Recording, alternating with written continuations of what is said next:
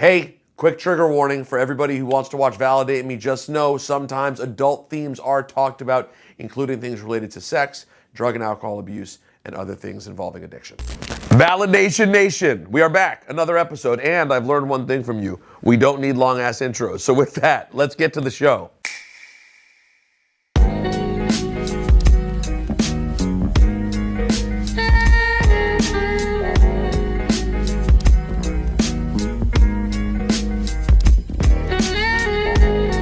Welcome back, everybody. Happy to be here yet again.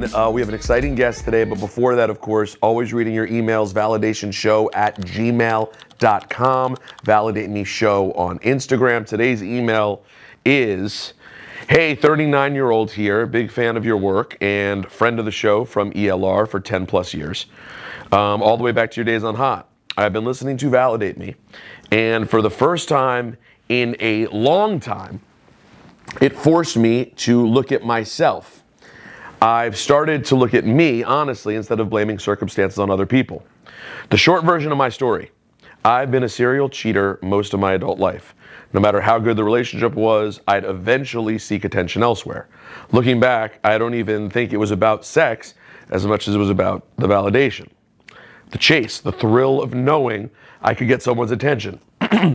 Sometimes I didn't even intend to meet up. I just wanted the feeling. I totally can relate to that. About a year ago, I met the best woman I've ever been with. She was loving, supportive, beautiful, great with my son, and embraced my family. She gave me everything I always claimed I wanted, yet I still cheated throughout the relationship. A few weeks ago, she caught me in a situation that shattered her trust. Literally caught in the act with my pants down. Damn, bro. Despite that, she actually tried to forgive me and make it work. 3 days ago, she finally decided she couldn't continue, and I don't blame her. For the first time, I'm sitting here with my consequences and not running from them. I've realized this pattern has followed me through nearly every relationship I've had, and I'm starting to wonder if what I've called being good with women was really an addiction to validation, attention, or the excitement of doing something I shouldn't. I'm in the middle of this right now, and it hurts because I genuinely loved her. Losing her has forced me to confront parts of myself I've avoided for years. If it's something you'd ever want to discuss on the show, I'd be open to it. Thanks for what you're doing. Your podcast has given me a lot to think about. Thank you so much for being here, Anonymous. Appreciate you. Keep coming back. And you need to go get some help too, right? Like, again, I'm not an expert. I'm not a therapist. I'm just a friendly ear, and hearing what you're saying is very common. A lot of people, most of us, do not realize the extent of our problems until our life explodes and we lose a lot. Now you've lost someone you really love and you're feeling it. So I strongly recommend you go online and you find a meeting near you or on the phone where you can connect with other people who can relate to this experience. I will say one positive thing here. The fact that your now ex was interested in trying, she just couldn't do it, is a good sign. Because of course she wasn't able to do it now, but the fact that she wanted to try shows that, man, she must really have had strong feelings for you too. And her not being able to handle it now, it makes a lot of sense.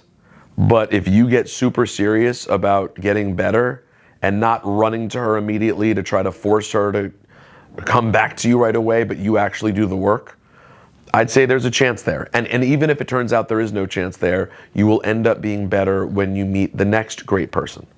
So the one thing you cannot do, and I know I said I wouldn't give advice, but here I am. The one thing you can't do is have a situation like this where you're heartbroken and potentially do it again.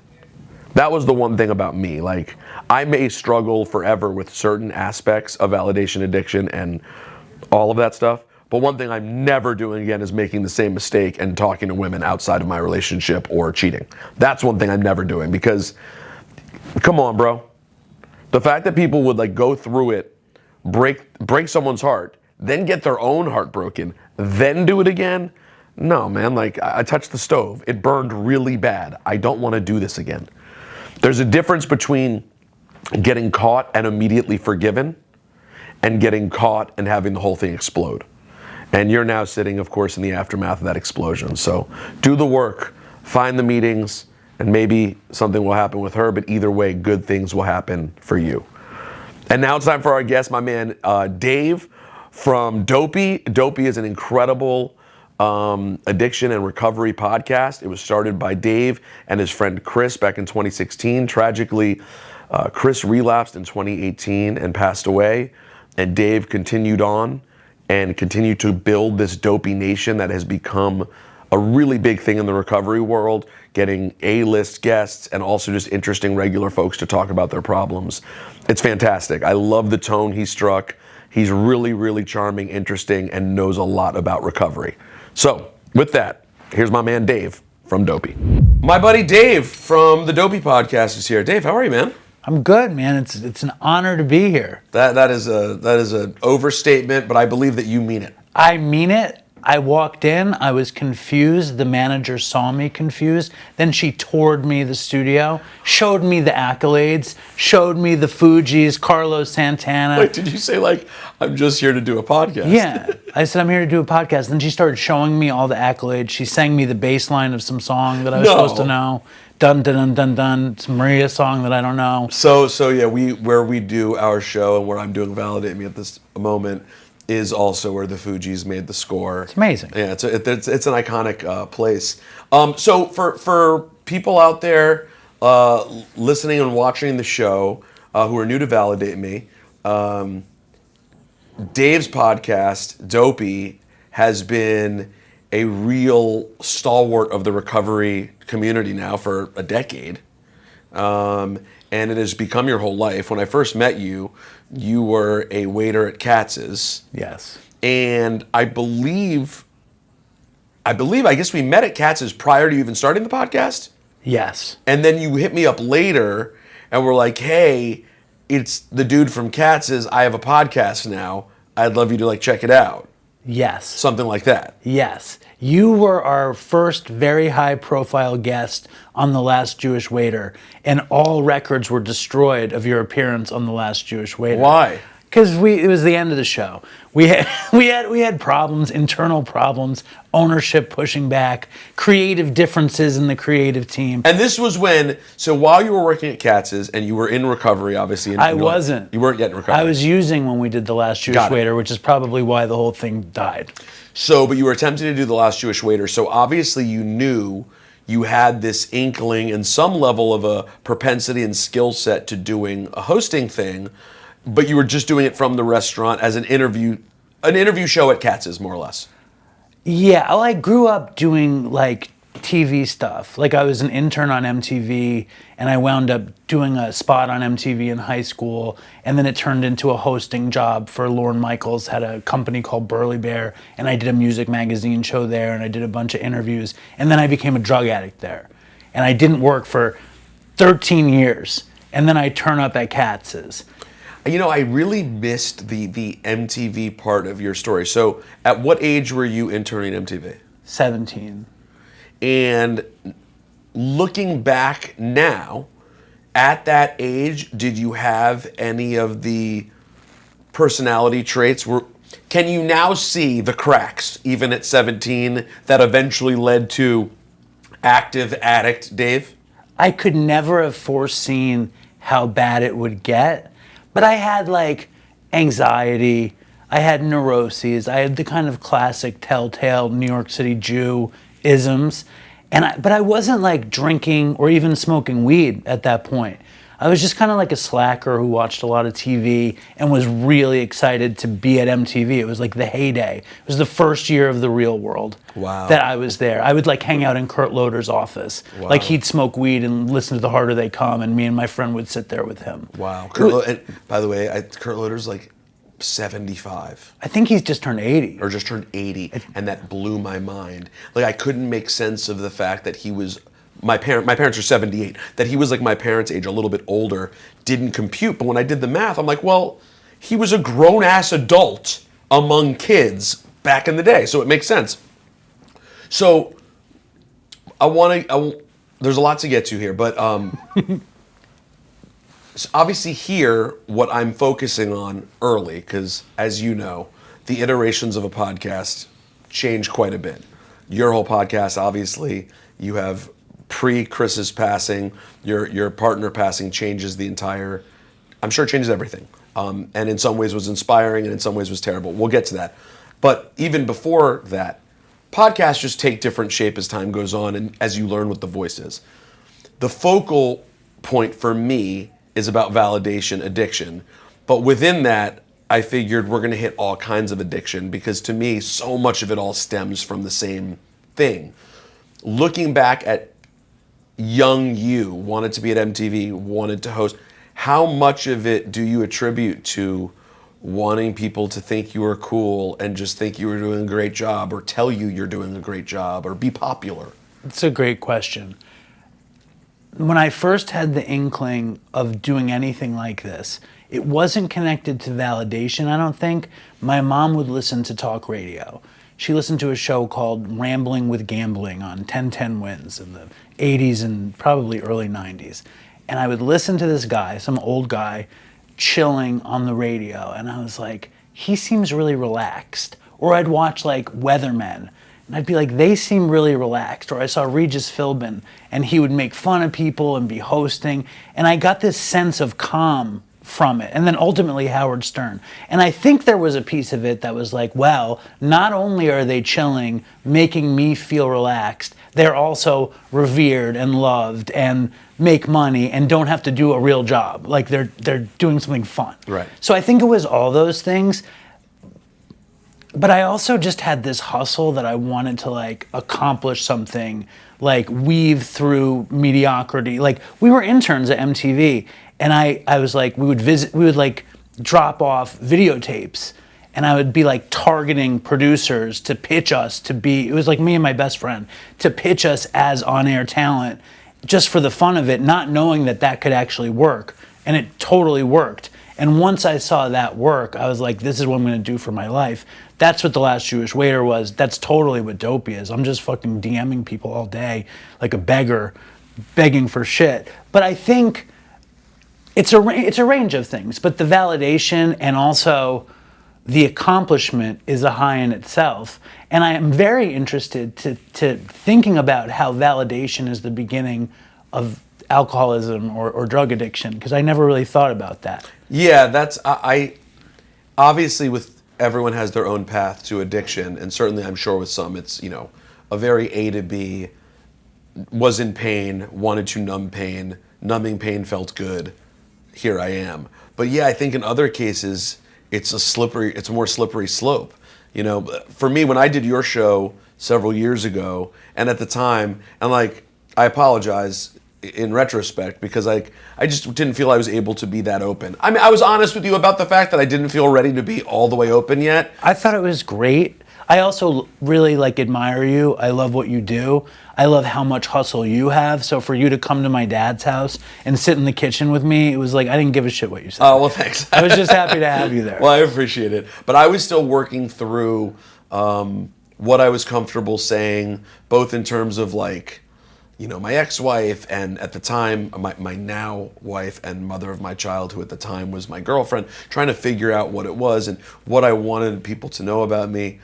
And so it's been a work in progress, but like for me, obviously the whole thing, I've attributed so much of it to my wanting to be wanted by women and people, and any period in which I wasn't able to get that seemed to have, and this is my best guess at figuring it out, some sort of elongated effect on me, where like, I think it's insane that I ended up with my high school girlfriend for 6 years.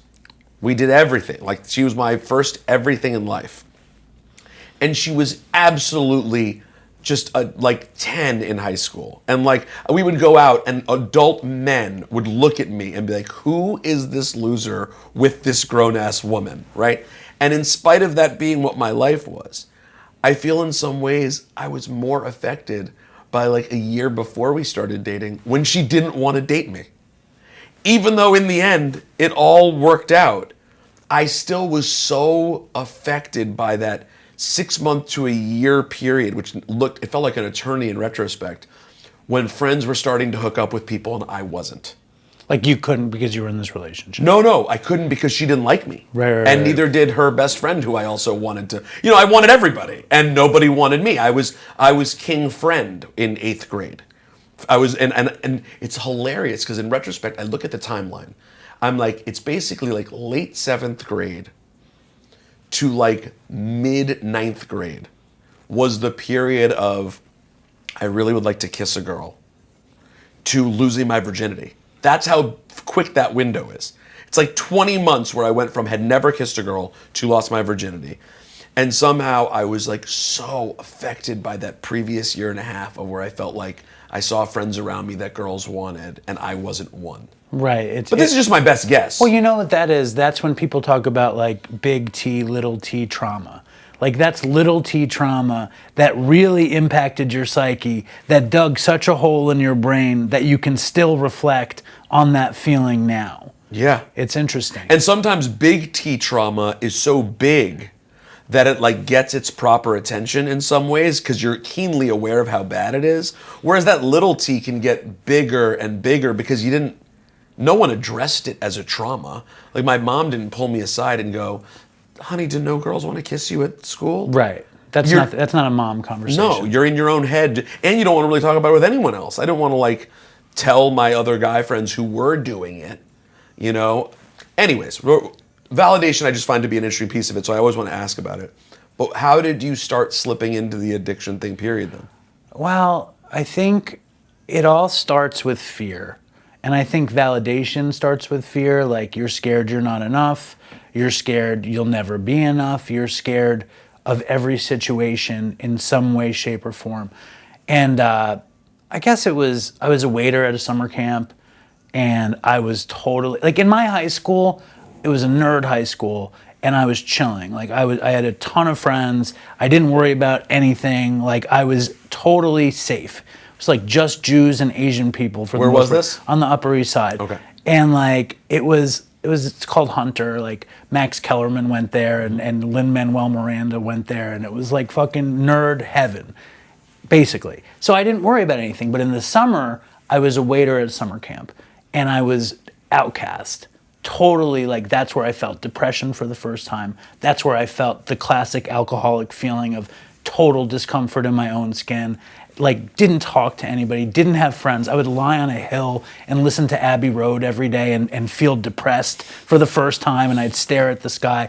And the last night of that summer, I wound up drinking with the European kitchen staff. I drank like 16 screwdrivers. I blacked out, almost died, projectile vomited. And I was like, that was interesting. Next day on the way home, I'm totally hungover. I'm like, I'm really going through something. That kind of feeling. And I found I couldn't drink. Like when I would drink, I would get sick every time. So alcohol wasn't going to be the thing. But when I found weed... That doesn't mean you wouldn't stop trying. No, alcohol, like, honestly, like... No, you'd have to find something else. Right, but it wasn't like I had to. It was more like in social situations, I felt uncomfortable. Everybody else was lubricated with alcohol. I was scared to try bud. When I tried bud, it suited me so perfectly. Like it was everything I ever wanted to feel, which was like chill. I don't give a fuck. I'm like relaxed. Nothing really means too much. Everything's funny. Food tastes good. I was like, this is interesting. And then I just sort of was like, I was casual with it. But when I got to college, I had that same summer camp experience and I did not feel safe. I felt alone. I felt alien. I was in a frat school and I was a weirdo, but I wasn't weird enough. You know what I mean? I was in a weird kind of zone. Started smoking weed. I joined a band and I said to myself, I'm going to smoke weed every day. And I smoked weed every day from 1992 to fucking 2015. If I wasn't in an institution, I was smoking pot. And eventually it became all sorts of other drugs. But with weed, I was like, this is my identity. I loved stoner shit. I loved music with weed. Then I loved acid. I took pills. The problem was, by the time I kind of became professional on TV, I had anxiety, and we had found a delivery service that delivered everything, and we got them to give us free heroin. You got them to give you free heroin. Well, I was on a job as a location scout for a talk show. Actually, Godfried, you know Godfried? Yeah. That's his name. He was the host of the talk show, and I was like the location scout. And I had a guy living in my apartment on 24th Street, like 2 blocks from here. And when I came back from the trip, he had like 9 kids from my school from Purchase, and they were all buying Coke from this delivery driver. And I said to the guy, "What are you gonna give me? You made all this money." And he takes out 2 bags of heroin and he throws it down on the coffee table. And me and my friend sniffed the heroin, and I was like, holy shit. It was like Sunday night, The Simpsons were on. We got high, we watched The Simpsons. I was like, this is the greatest. And I only felt better the next morning when I was still high, but it was like super nothing meant anything. And then I wound up getting this like music show, and I'm interviewing like KRS-One or Beanie Man or Flaming Lips, or it was this cool thing, but I was scared. I was young and I was scared, and I started doing heroin more and more. And somehow... Snorting it? Yeah. Somehow in my mind, I was like, I can handle this. Even though all of my greatest heroes were multimillionaires who couldn't handle heroin.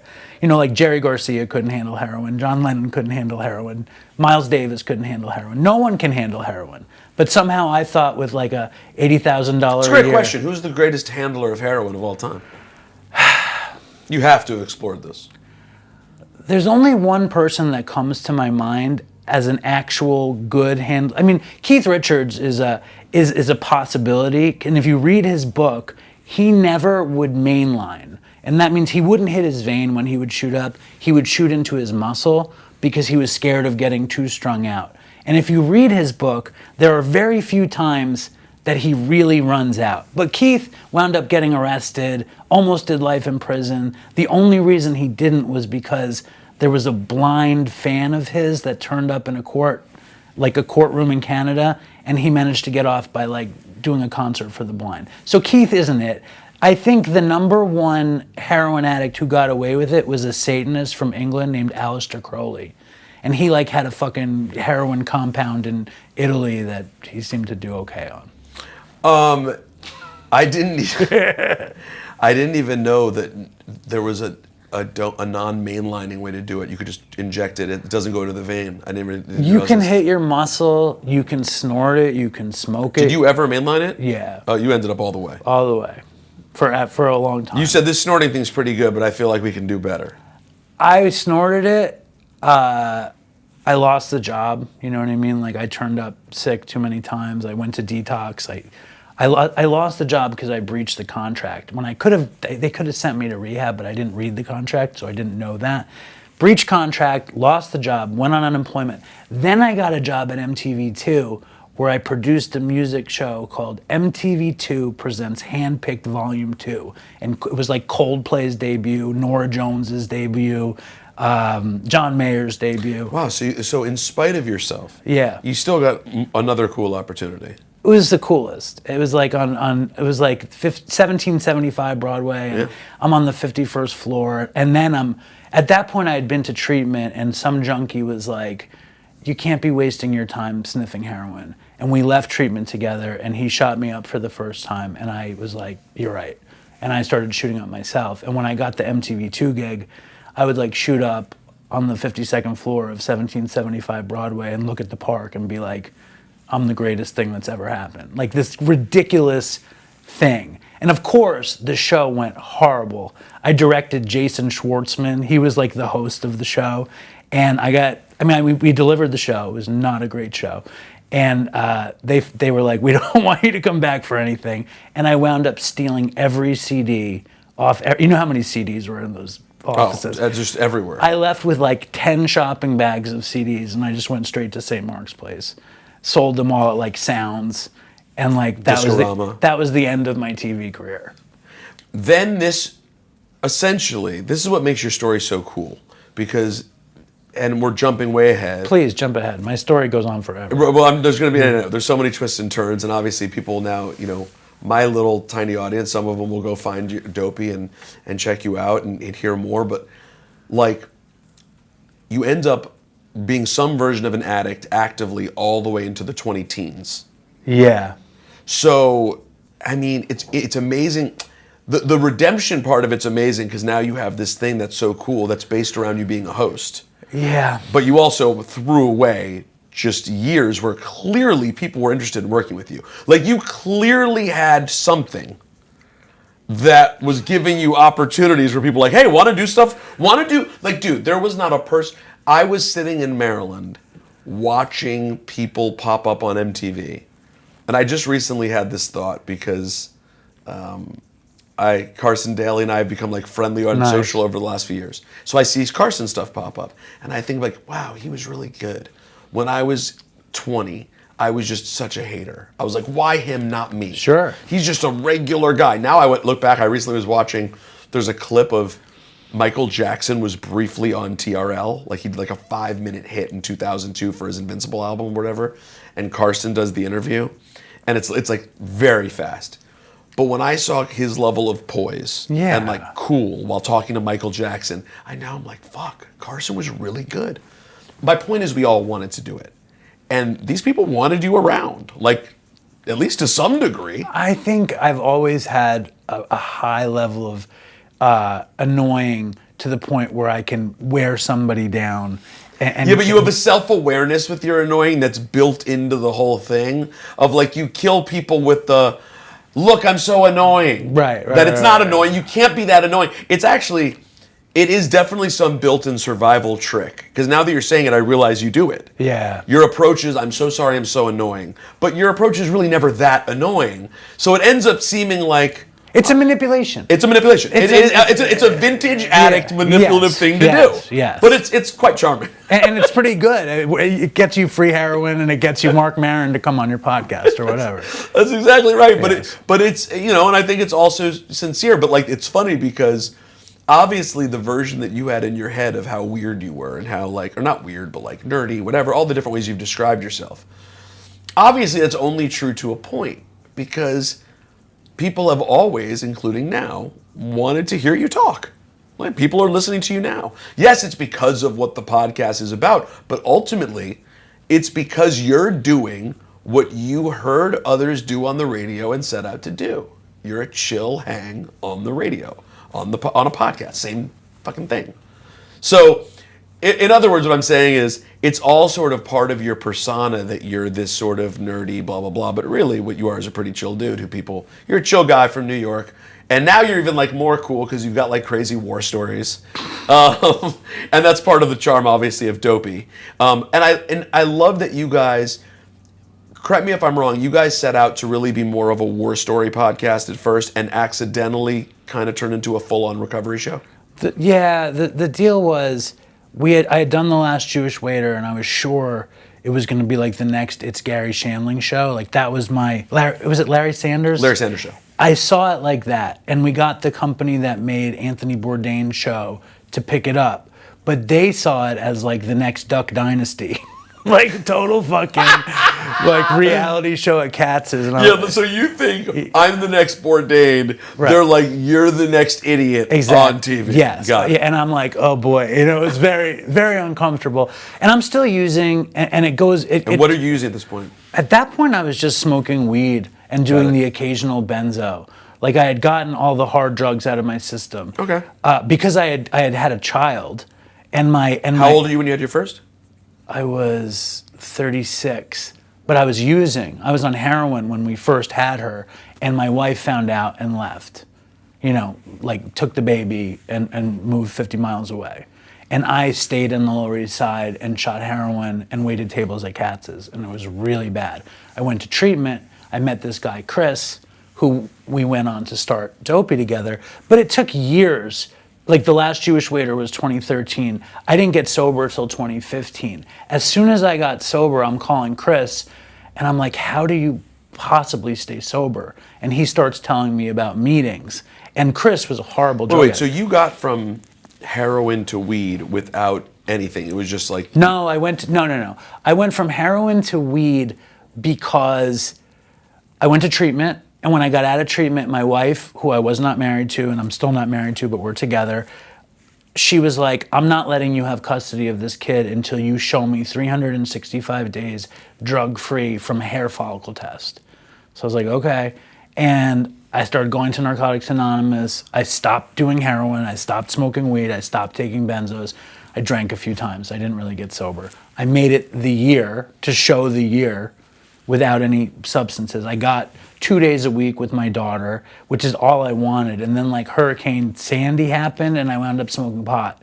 And then I was like, fuck it, I'll smoke pot. So I smoked pot for a couple years. Then I was like, I'll take a benzo here and there. Were you telling did your non-wife know you were smoking? She did. And at that point, my sobriety really came from the fact that I was so obsessed with my wife and my daughter and the fact that I had fucked up this beautiful family. Like, I'm not one to say a 10, but my wife was the most beautiful woman I had ever seen, been with, anything. I had met her when I was 23. We hooked up in the same apartment that we did heroin. Didn't see her again until right after my mother died. And immediately we start dating. And she's pregnant within 6 months. And I'm on heroin again within 6 months. So when she leaves and I'm like, I cannot believe I had this most beautiful woman. And I fell in love with my daughter, immediately. I was like, I could not believe I had come back. It's like the Knicks being down 28, 29 and cutting down to 2 and losing. Right. That's where I was when I was waiting tables at Katz's, because I had found a life that seemed really worth having, and then I fucked it up. So I was obsessed with that. She didn't mind that I smoked weed. When she found out I was taking benzos again, she was like, I was trying to get the family back. She was like, we're not doing it. And that's when I was like, I need to try to get sober. So when I tried to get sober, Chris was like, he was telling me about how 12-step worked for him. And he was like, I want to do something like The Last Jewish Waiter, though. And I was like, well, why don't we do a podcast, but just about horrible war stories? And he's like, what's a podcast? And I was like, I don't even know. I really didn't. But like what you're saying was, he came down to record with me, and I had never done a podcast, but I listened to 50,000 hours of the Howard Stern Show, and I knew that I could do that. And that's how it started. It was just meant to be war stories. In non sex addiction 12-step, do you guys use the term pink cloud? Is that a thing? Yeah. So like your wife, essentially at first, it was sort of a pink cloud situation that got you off of heroin the first time. I have to find a way to get my wife and daughter back. I would say it's more of a white knuckle than a pink cloud. Yeah. I was not feeling good. Because the pink cloud implies you're actually doing it. And you feel good about it. And like you have this incredible motivation that can either be like real or fake or whatever. Because in my case, my pink cloud was my ex-wife and it never worked out, but it got me going on the right path. But the pink cloud implies that you believe it. Correct. Whereas white knuckling, it's more of a dry drunk. It's not actually happening. You're just... I was 100% dry, miserable, did not want to be sober. Do you ever meet dry drunks in real life who don't actually drink? Like I feel like I know a couple of dry drunks who literally don't drink and never have drank. And I still think that they're a dry drunk in the sense that like they have this pent up anger and they were able to turn it into I don't use. But whatever's causing the same thing that could have made them an alcoholic is still there. They just happen to not do the drugs, which is great, but could still make you an asshole. Well, it's like hater shit. It's like when you cannot be excited, when you cannot like have a good time, when you cannot see the upside of the situation. Yeah. Like that's dry drunkism. And I was a dry drunk only in that I didn't want to be sober, but I really didn't want to not be able to have my kid away from Long Island. A friend of mine who's in program called me out on my show last week because we put up a clip. My producer Olu put up this clip, and I don't even know what the hell he's going to put up till I see it. And it's funny that sometimes I see it, I'm like, oh God, do I want to put up a clip of this? Because I forget like how sort of transparent I am on the show. And then I see the clip, and I'm like, oh well, I guess I'm showing this to everybody in my life. But the clip was about how I did an interview with someone like several years ago when I was new in program, and this person was reportedly in program. And I found that when I brought up the way this person had harmed me, basically they were like completely in denial about it. And in the clip, I was sort of saying that I could tell at that moment that this person was not serious about program. My friend called me out, who was like, hey, dude, the point of program is not you demanding amends. I love that, though. Yeah, no, it was great. Yeah, no, it's a real, like, it was annoying. When he first sent it, I was annoyed. I was like, but and by the way, obviously, because we're all addicts forever, it never goes away. My resentments list get rebuilt all the time, and I have to like rework through them.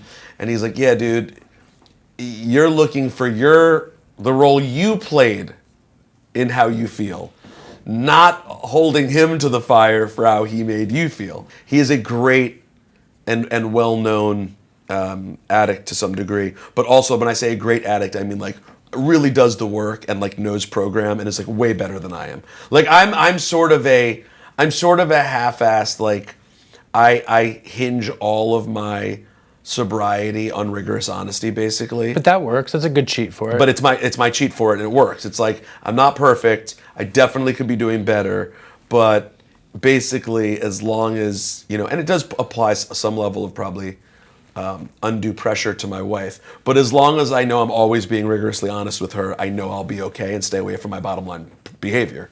But anyways, I just wanted to call that out real quick because we talked about it last week on the show, and I thought it was interesting. I'm like, oh, cool, I'm going to do things on this show, and then in real time realize I'm still getting it wrong.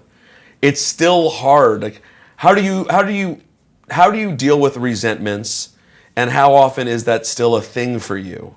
It's definitely still a thing for me. I was in a meeting on Saturday, and the topic was resentment. And it's like an old lady meeting where you go around, everyone shares in the meeting, you go around the room. And for me, like if I have a serious resentment, I know what I have to do, which is pray that the person I'm resenting gets the love and compassion that I freely get and give. And I do that. I mean, my first resentment was against my daughter's mother, and I was in NA fucking miserable. And someone was like, you need to pray every day that she gets exactly what she wants. And that was how it was phrased. My sponsor now says, you pray that they get the love and compassion that you're freely given. And I do it. I'm hardcore, like I do it. However, I have this new ability to keep resentments on simmer, where I don't have to do the pray, because I put it in a little spot where I can just enjoy the deliciousness of the hatred without letting it be soul-sucking resentment. Just kind of an entertaining resentment. So those I'm not really dealing with as well as I could. Do you know what I'm saying? I mean, listen, addicts are brilliant at coming up with the scam so you can continue to do the thing that feels good. Because sometimes it's hard. Sometimes, like, yeah, you want to... Yeah, what is that? I like expressing resentment. It's delicious. What is the It's deal? the sweetest plum. And it's often with people I love, right? Like, it's people who you love and you have great things in your life with them. Right. But there are certain things that are shitty about the relationship. And you also end up in a pattern where you discuss those things with other people in your life that you love. Like, often your partner.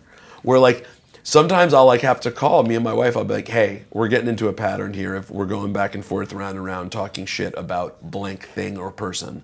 And like, this isn't really useful anymore. You know what I mean? Like, we're not helping each other get better. We're both just kind of like living in this resentment.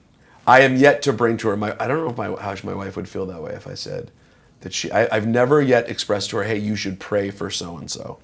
Oh, my wife would like smack me if I ever said that. I know. And I'm not gonna I don't want to end any of our partner resentments, because I think it's important to have those things. Yeah, it's something we share. What else are we gonna talk about? It's the kid, and who do we resent? Your best friend. I don't want. But you guys have a second kid. We right? have 2 kids. Okay. We have 2 kids, and sometimes we resent the kids, but not too much. Right. But there's a friend that is often discussed, and I don't want to lose it, just in case. Just in case we run out of stuff to talk about. We always have that. So are you removing the validation part from your origin story, but now catching it up to right now? Do you deal with any validation issues with regard to the podcast? Because I know you, and I've heard from you, we've chatted, the times when we do talk, you have aspirations, and you want to do more, and you wanted the podcast to be bigger, and all of those things. It's a dangerous place to live as an addict, living in the world of like social media and seeing whose things are doing well and what podcast is big on the charts. I saw your podcast when I first looked at health and fitness charts, which I'd never looked at before, in like the 1 week when we were on it for the first week before immediately plummeting off the top 200. But like, I see Dopey's there, of course. Yeah, do you get caught up in any of that stuff, and how do you deal with any validation stuff that presents itself now? I have it all the time. I stopped looking at that stuff. I'm glad we're still on it. I didn't even. You are. That's great. That's fantastic. And not at the bottom. That's fantastic. But I have it around. I think social media is designed to enrage us and make us jealous and seek validation all the time. How many likes? It's all endorphins. I interviewed this guy yesterday, who his whole Instagram is like a day count, and he gets like 80,000 likes on his day count, and I was like, wait a sec. I get like 50 likes. I'm like, what am I doing wrong? So, I mean, and I'm always trying to figure out, how do I get the next guest? Because the next famous guest validates me. It makes people think somehow Dopey is important. And in reality, it's like Jamie Lee Curtis came to my dad's house in January or February. I saw the clip. Things like that, it validates you, but it's and it makes you feel like, okay, I'm doing something that's relevant or cool. Now let me ask you this though. So did you feel the high of her being there? And did you feel the high dissipate as the days went on? Like, could you notice like, I don't feel it anymore. I'm not hearing from people about it anymore. It's like a hot streak. It's like at that point we had Billy Strings in November, we had Alec Baldwin in December, and we had Jamie Lee Curtis in January. And I knew that was a hot streak. That was probably our hottest streak in the history of the show. And I also knew that I don't know that we'll ever get a streak as hot. So it's like kind of being a squirrel and storing those nuts and trying to live off the validation for as long as we could. But it doesn't make you, it doesn't lead you to any unhealthy places. Sure, but I think it's like when defects can be assets and assets can be defects. I think the unhealthy place is, am I less of a person if I don't have a famous person on my stupid podcast? And the answer is no. But it's also like a professional aspiration. You want the podcast to be as successful as it can be, to make you as much money as you can make, to help as many people as you can help, to make a quality product. Because like, really when it comes down to it, is it a good show or is it not a good show? I know Dopey's a good show, but like, it's the disease of more. And when we get taken in by it and we have nothing left because we feel like nothing because we don't have a famous person, it's a fucking problem. But if it's a driver to make a great show and who's the next good guest, but in the meantime I have all these other interesting people that I still feel good about, that's not a horrible place to be. When you said more, now all I think about with the word more these days, my daughter's 17 months, all I think about is more. More. It's the best. It's the cutest thing ever. So I don't know, how old's your youngest? 8. So she's too old for Miss Rachel, I guess, right? Yes. So Miss Rachel does everything in sign also. So yeah, so it's both. It's saying more and also, or sometimes I just look at her and she's like, and I'm like, I don't know what you want. I don't know what this is. Anyways. She has the problem that we have. Yeah, I think about that. But it's not. I mean, and I go down those roads too, but it's not, it's like, I think asset versus defect is very important. Like we get so down on ourselves about this or that, and it's useless to be in that situation where you beat the shit out of yourself about how you should be. It's like you got to treat yourself with love and compassion. And you need to treat yourself the way you kind of aspire to treat other people. Or else you're going to be useless. Like no one's going to benefit. And if we can get back there, like a really positive thing can happen. So yeah, I hate it when I need to be validated. But then it's like, okay. And when I put myself down, I'm like, I'm a rat in a maze trying to find the cheese. But when I put myself in a nice place, I love making the show. I love hustling. I love trying to make it better. I love being creative and thinking of new cool things. And when it goes there, it's a positive. Is it your full-time job now? No. But you're no longer at Katz's. I'm right? still at Katz's. You are? Yes. Why did I think you weren't there anymore? Because I'm barely there. I like do their Instagram. I set up their special events. Like I set up the Action Bronson show. I set up the comedy show. I wanted to come to the Bronson show. Why didn't you go? I was going to. We were about to leave the house, and then it was like late, and I was like, "Oh, we're gonna miss them again." And we So didn't. late. Oh my god. I know it was a weeknight. We had a very active few weeks with the whole Knicks thing. So you're still setting up the special events and like all the social media. So is that your job? At Katz's it is. And then do you have other jobs in addition to that? No, just Dopey and that. Dope. Okay, that's still pretty good. It's great. I love so it. Dopey still it does take care of a lot of your needs. Yes. Absolutely. And your non-wife being your partner now. Yes. Now, so you guys have now been actively together for how long? 12 years. I'm sorry for asking such a mundane question, but is the lack of marriage in any way related to the start of the relationship, or just a decision because it's something you guys aren't interested in? I think she doesn't like the idea of government involvement in personal romantic relationships. And what about you? I don't care. I really care about there's a lot of things I don't care about. If we got married, that'd be cool, but I don't think we're going to get married, and I feel like that's fine too. And you don't think your kids have any care on it? The little one does. The little one really wants us to get married. The big one doesn't care. Why does the little one want you to get married, do you think? It's the romance. It's to be a child with all these kids that have married parents, and she's like, why aren't my parents married?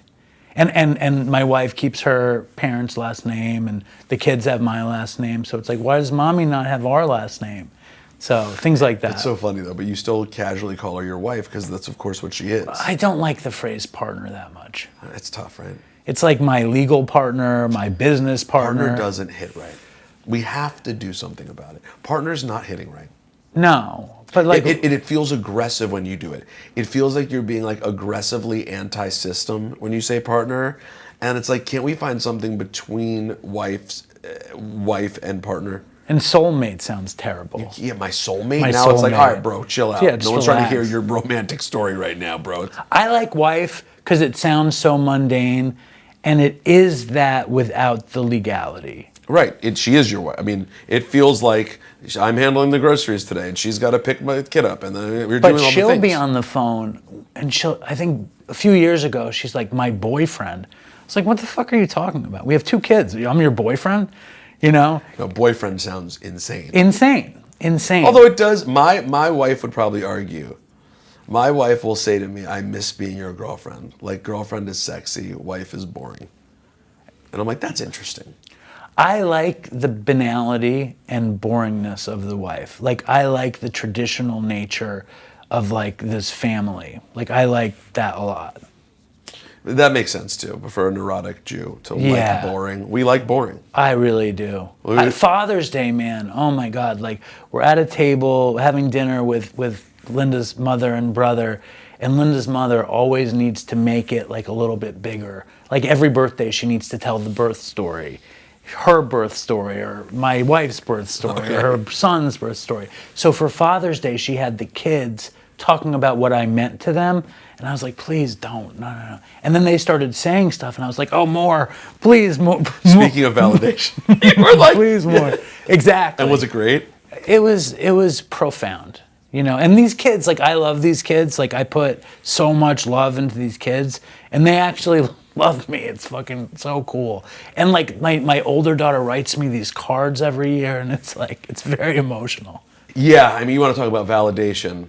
That kid validation is crazy, and I talked about this some last week. One thing I struggle with is, so I used to seek validation from people outside my relationship, but then as a result of that, I lost my primary relationship, which was the ultimate, most validating thing that I had.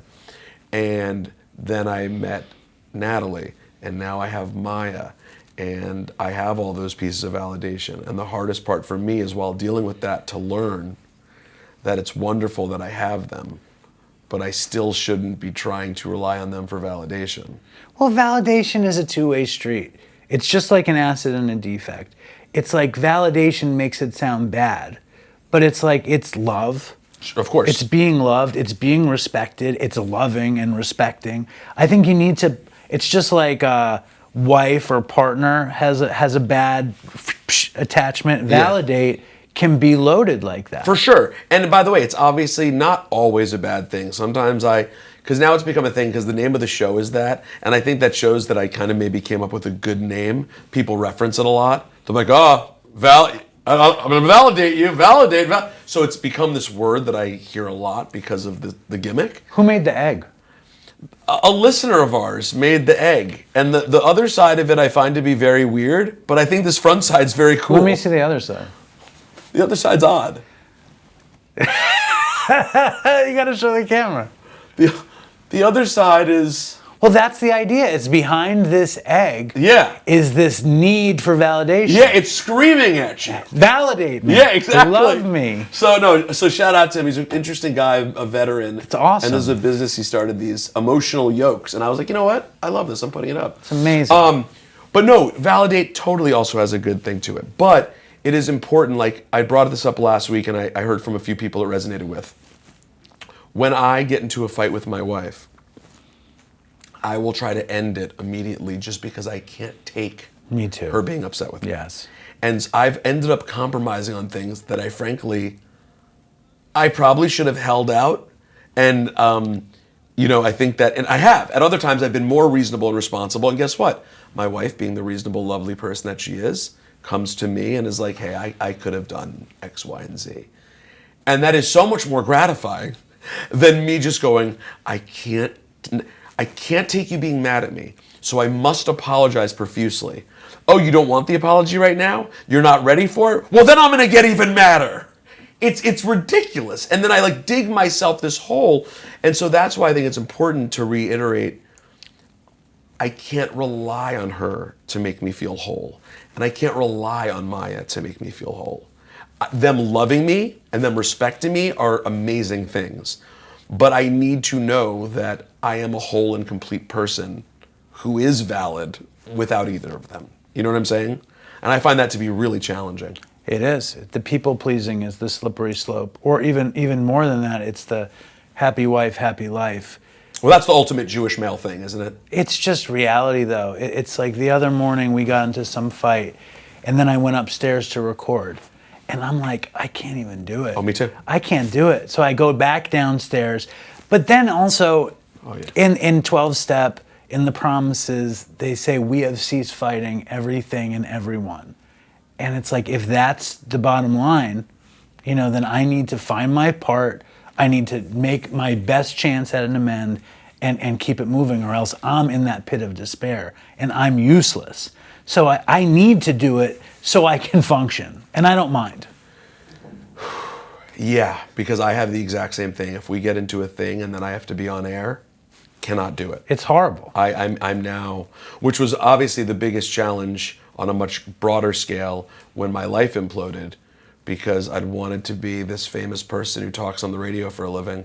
And at the time I had 2 4-hour shows every day. And that show is comprised of me being my whole real self. And my whole real self was smashed into 1,000 pieces. And so I didn't know what to be on the air, which was when my brother, I called my brother and he said, just find a way to be of service to the people around you. If you find a way, he was like, I was doing my morning show at the time. I was like, it was a commercial break. I was like, I don't give a fuck what they're talking about. I don't want to do this. I don't care about, what Rihanna, if her album's coming out. And my brother's like, be of service to Ebro, be of service to Laura. That, just focus on that. And I have to say, it wasn't easy, but it did allow you to get through each moment, It's a total recipe. It's the answer. Service is basically the answer to any problem. I know. It's funny. Being of service is really such a completely selfish thing. I like that, though. It is. No, it's amazing. Sense, then. It makes sense. You giving to people feels good. Okay. Speaking of giving to people, the Dopey Podcast gives to people. You guys come out to once a week? No, now I'm putting out 5 episodes. Not 5 a week. So, yeah, I am. You're daily? Yeah. An hour a day?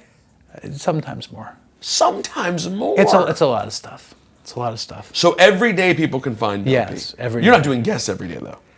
2 days are replays. Okay. Monday is the first 142 episodes with Chris. Thursday is Dopey Greatest Hits. Perfect. So 3 new episodes a week. It's still a lot. And the Tuesday is only for patrons. Okay, got it. But you can find Dopey, as you can see, this is a chill guy who you want to hang out with every day. You'll enjoy it. And if you're listening to this the day we drop, Thursday, tomorrow you have a very cool event. Yeah, tomorrow. Is this going to come out on Thursday? Yes. Cool. Friday is the first ever Dopey Short Film Festival. Yeah. You going to come? I'm trying to. I'm not giving you a guarantee because I don't want to let you down. But I'll tell you this. If I leave the house on Friday, it's what I'm going to do. Sick. Because it sounds appealing. Sounds like you're not going to leave the house on Friday. I'd call it 40.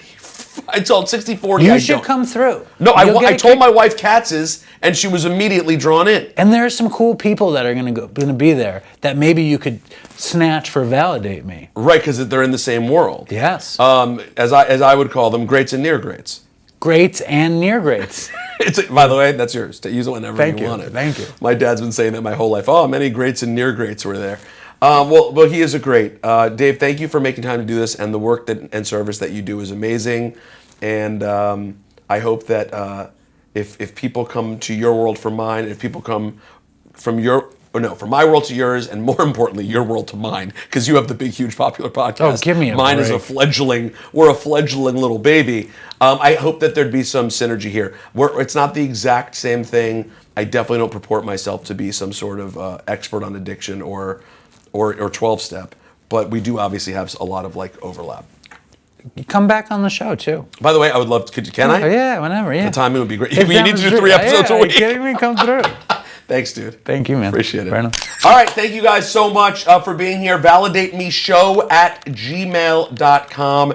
Tell a friend this week. If you haven't told anyone about the show, send them a link, send them the YouTube link, send them the podcast link, and make sure you rate and review wherever so you can help support the Validation Nation. Stole that from you, too. You see that? I didn't, actually, but then I was reminded you do Dopey Nation. Validation and Nation does rhyme. It does rhyme, though. Give me that. Guys, thank you so much. We'll see you next week.